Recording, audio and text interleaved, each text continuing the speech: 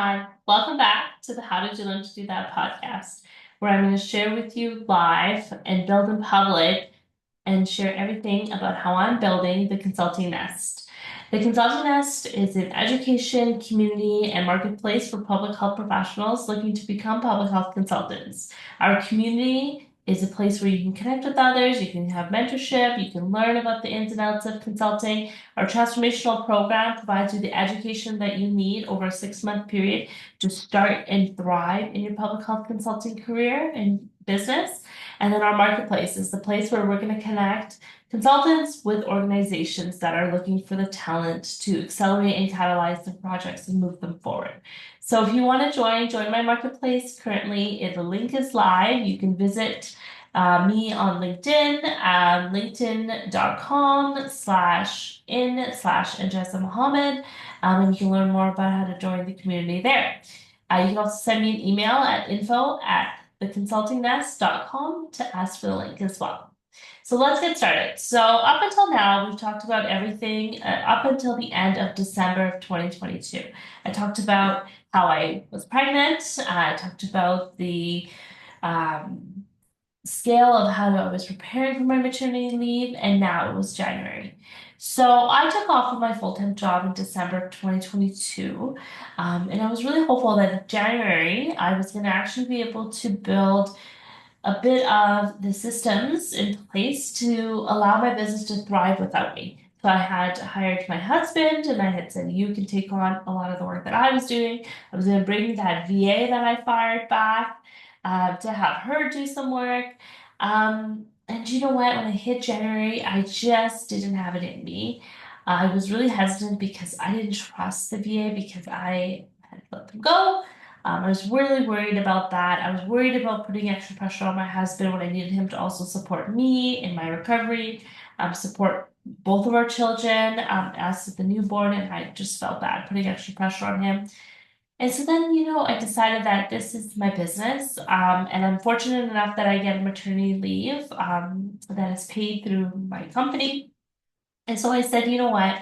I'm gonna just lay low. I'm gonna take a bit of a pause. I'm gonna just focus on me. I'm gonna focus on my new son. I'm gonna focus on my children and just take care of myself. Well, I knew I was experiencing prenatal depression, and when my son was born, I didn't know how it was actually going to get worse.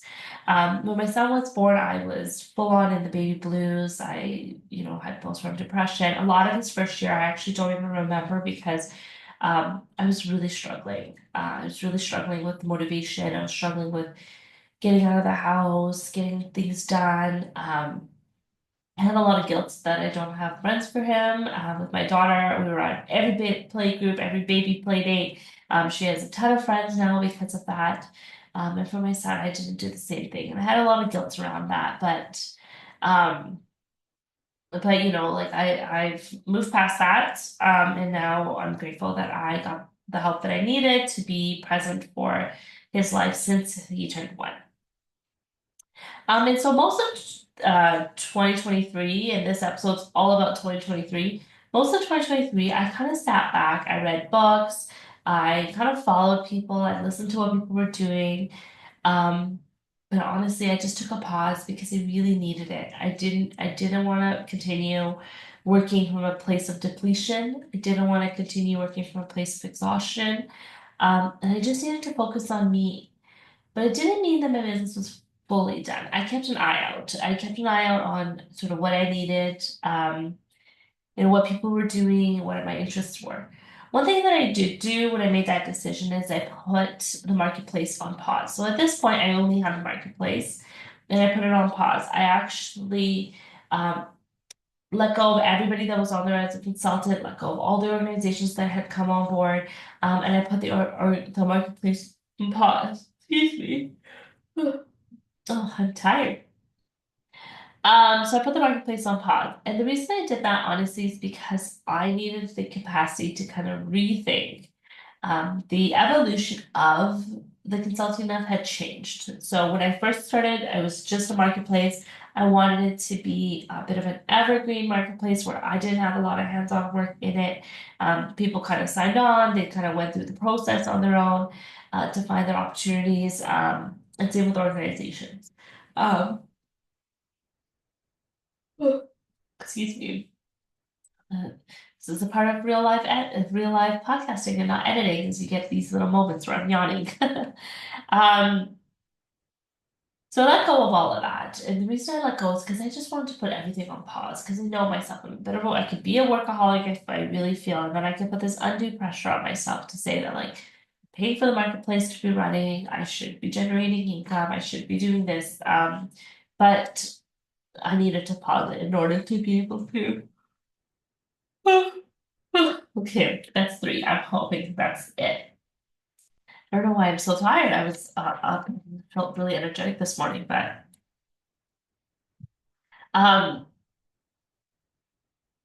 but yeah, so that was kind of what I did in 2023 is I really took a pause. And I have to say that when you're running a business, especially when you're the founder of a business, it's really hard to make the decision to pause your business because you feel like you've had this momentum, and I had a lot of momentum in 2022. Um, and things were really starting to accelerate. Um, and it was hard to take that decision to be like, okay, let's just pause for a bit. But I knew I couldn't show up for my clients. I couldn't show up for the consultants that I was supporting. I couldn't show up for the people that I was bringing on as an organization. Um, I really apologize. This is getting ridiculous. Um, yeah, I couldn't do any of that because I just felt like it wasn't fair to anyone else who was investing their energy, their time, their resources, their budgets into the consulting nest, and I couldn't fully support. Um, and I was really grateful that I actually had the capacity and the ability. And I know not all founders do, but for me, I felt really, really happy that I got to pause. Yes, I made no income. I made $0 in 2023. But what it allowed me to do is take a step back because I needed to reconnect with who I was. When I started this podcast actually in 2020, I was at a place of real joy and happiness, and I hadn't had postpartum depression. Later in 2020, when I did develop postpartum depression, I realized that I was pushing through to a level of burnout by June, and it just wiped me out. And that's why I paused this, and I talked about that in the first episode. And I didn't want to go there again. I didn't want to be dealing with postpartum depression, not showing up for my kids, having, a bit of rage or being irritated or annoyed when my kids needed me, um, not showing up for myself, who I was, and not really being able to fully focus on what brought me joy and happiness and bringing myself to that place where I can show up authentically and fully. In 2023, I did do something that was unusual for me. I hired a personal trainer, and I trained with them for about 3 months, in July to October. And that experience really taught me two things. A, that I'm a lot stronger than I let on, and that I could um, do this. I can have the motivation to move ahead. And number two, it really taught me about how to run a business, how I wanted my clients to feel. The person that I hired has a huge social media presence. They're very popular here in this area. Um, they had their own studio at some point, but now they were doing online training.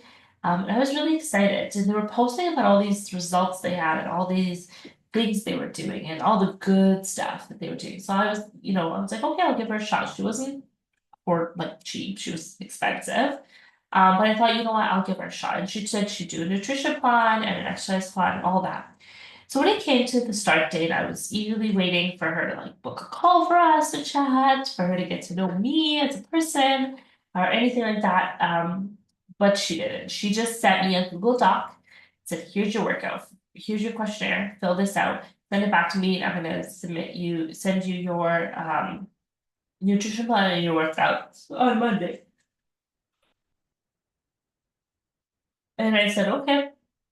And that was it. That was the extent of our connection. Is every Monday she wanted me to submit my 5 questions just around like my measurements and like my nutrition and any questions I had.